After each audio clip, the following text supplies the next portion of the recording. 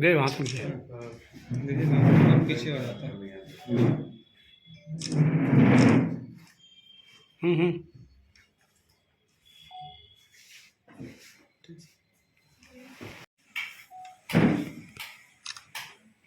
System तो मका जगह से भाई सोहेल चल बुला लीजिए।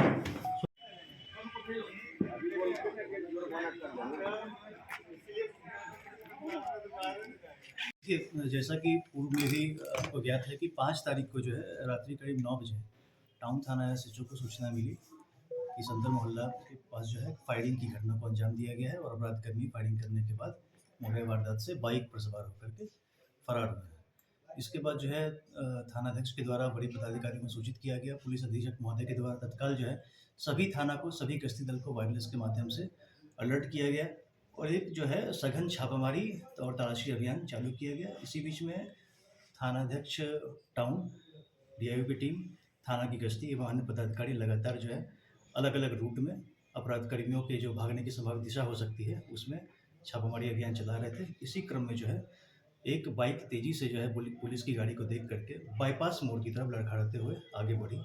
थाना की गाड़ी चूँकि थोड़ी ही दूरी पे थी, इनके द्वारा भी जो है उस बाइक को फॉलो किया गया, लेकिन तब तक जो है बाइक संतुलन खो करके और बाईपास का जो है उसमें बाएं तरफ जो है वो दुर्घटनाग्रस्त हो गई।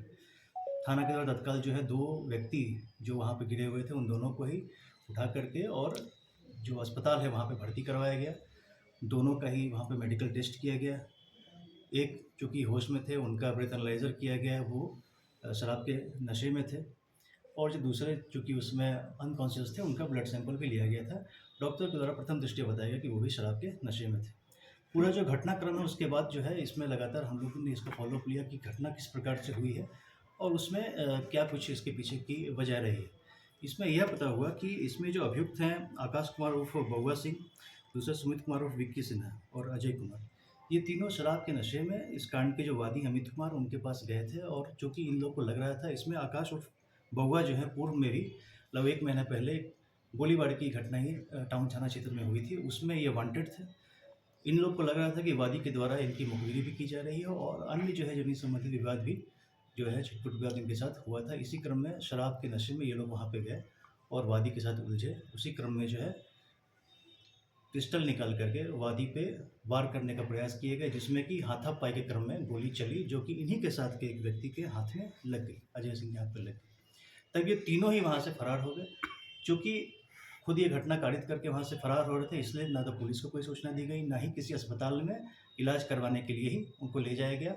ये वहाँ से गली कूचों से निकलते हुए अजय सिंह को उनके घर में रखते हुए और यह कह कर के कि बोल देना कि दुर्घटना में चोट लग गई है, ये दोनों फिर वहाँ से आगे फरार होने के लिए निकल रहे थे। बढ़ैया की ओर जाने का इनका प्लान था, लेकिन चूँकि पूरी जिला की टीम उस वक्त अलर्ट मोड में थी, तो इन दोनों को पुलिस ने इंटरसेप्ट करना चाहा और उसमें जो है उस क्रम में भागने क्रम में ये चूँकि नशे में भी थे, ये संक्रमित होकर के वहाँ पर गिरे।